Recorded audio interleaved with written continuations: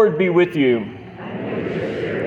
A reading from the Holy Gospel according to John.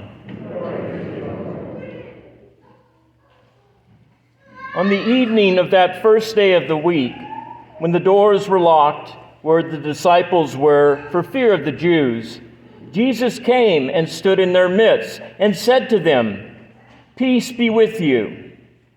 When he had said this, he showed them his hands and his side. The disciples rejoiced when they saw the Lord. And Jesus said to them again, "Peace be with you. As the Father has sent me, so I send you."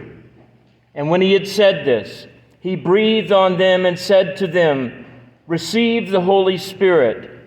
Whose sins you forgive are forgiven them, and whose sins you retain are retained." Thomas, called Didymus, one of the 12, was not with them when Jesus came. So the other disciples said to him, "We have seen the Lord." But he said to them, "Unless I see the marks of the nails in his hands, and put my finger into the nail marks, put my hand into his side, I will not believe." Now a week later, his disciples were again inside, and Thomas was with them. Jesus came, although the doors were locked, and stood in their midst and said, "Peace be with you."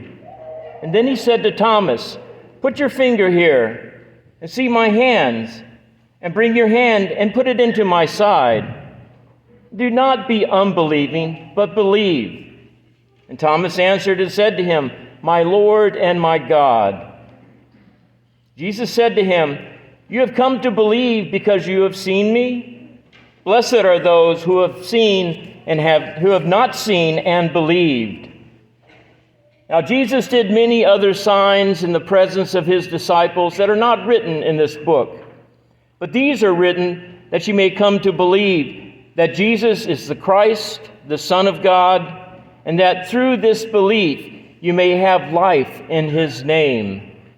The Gospel of the Lord. Praise to you, Lord Jesus Christ.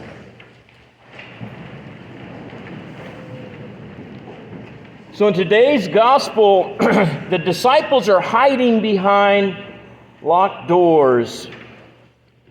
And it reminds me of the Old Testament story in Genesis when Adam and Eve hid in the garden out of fear.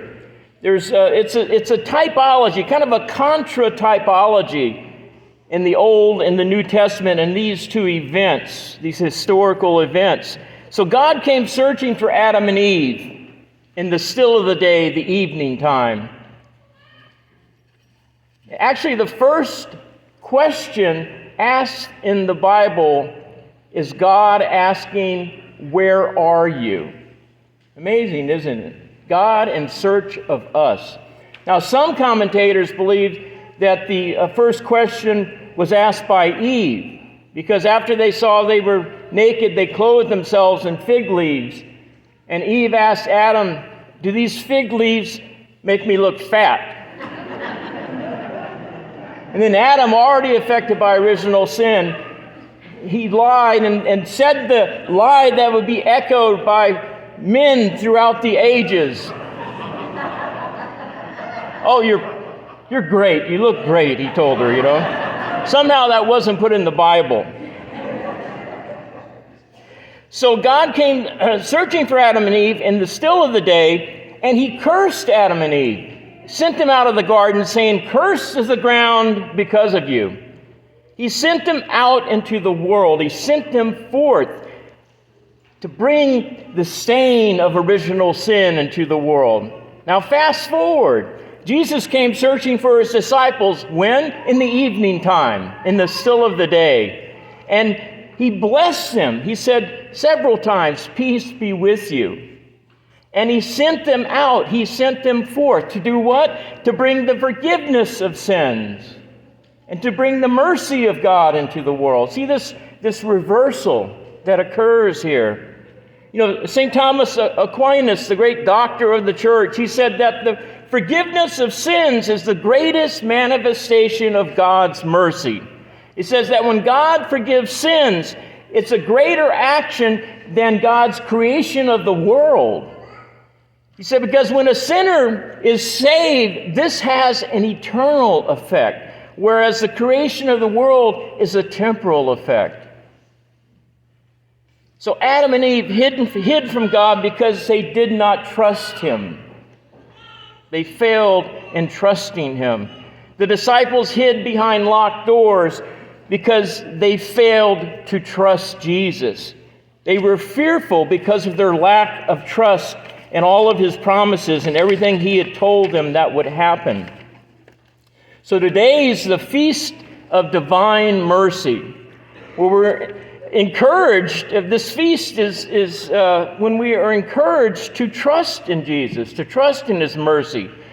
The prayer that is connected and essential to the Divine Mercy feast day and devotion is, Jesus, I trust in you. So today we celebrate the great mercy of God. You know, Pope Benedict said that about the Feast of Divine Mercy, it is really a central message for our time. Mercy as the force of God against the evil of the world. Mercy as the force of God against the evil of the world. So this devotion to the divine mercy, it was inspired in the 1930s when Jesus appeared to a Polish nun, Sister Faustina, and he appeared to her and he told her of his great love and mercy. And part of the instructions he gave her is to have an image of his likeness, how he appeared to her painted. And it was interesting because every time the poor artist would paint an image, she would look at it and just start crying because nothing compared to the beauty of how Jesus looked when she saw him. And he wanted in signature below the image, Jesus, I trust in you. You know, but I used to wonder why Jesus said for us to pray, Jesus, I trust in you. Why not, Jesus, I have faith in you? What's the difference between trust and faith? So I thought about this. Faith is believing in something without having evidence to support that belief. And trust is based on evidence. Trust looks to the track record, the evidence of being proficient and producing results. I'll give you an example. Many years ago, I think I was traveling to India, and I had Sean. He was just a little tiny baby, and it must have affected his ears because he was in pain and he was screaming for a long time. And this gentleman came up to me and he says, I'm a physician, and if you break off a little tiny bit of this pill and give it to him, he'll sleep. And of course I said no. And I declined the offer because I had no trust in the man, because I had no evidence that he was actually a doctor. You know, if I would have done that, it would have been blind faith. So the man wasn't offended. He said he understood. It didn't hurt his feelings. Now imagine if I had a friend who was a doctor. He was well respected in the medical community, and despite his busy schedule, he was always there when I needed him. He'd even come into his office on weekends if I needed him. And imagine one day I needed his medical services, and when he starts making recommendations, I start asking him questions about his competence. I go up to the wall and I start looking at his diplomas, and I start asking him for references and his Google ratings, right? I would be distrusting him.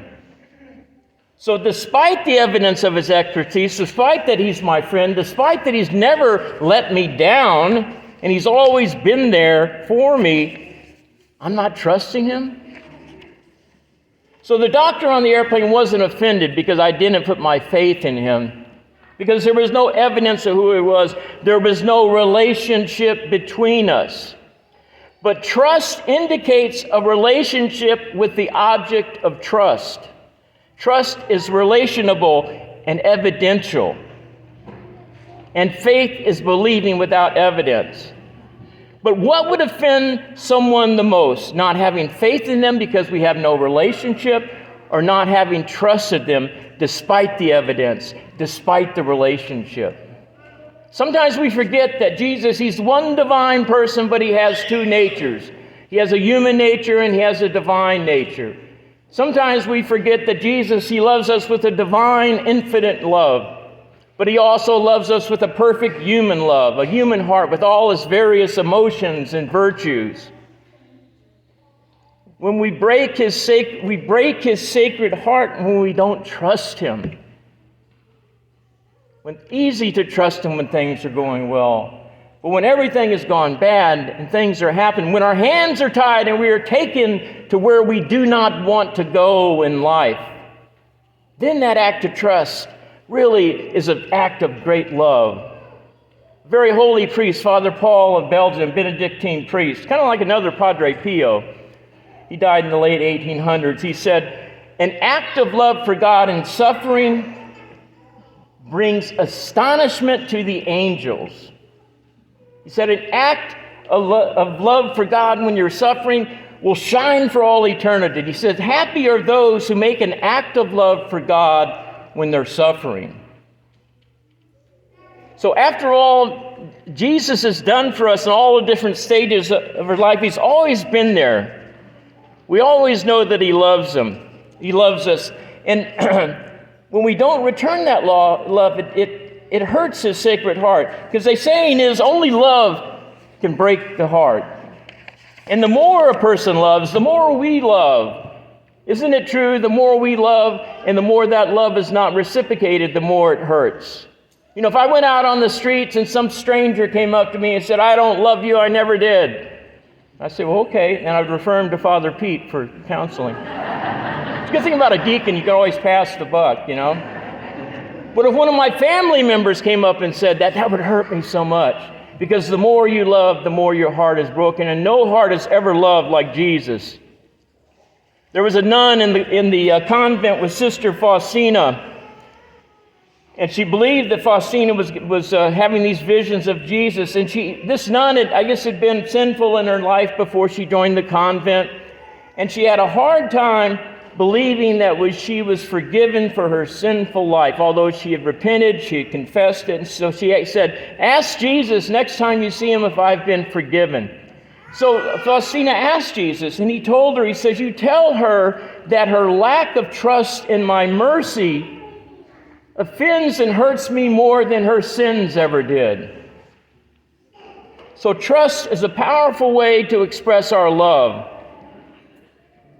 And Jesus told Faustina, I'm always supporting you, so lean on me in your struggles. You are not alone.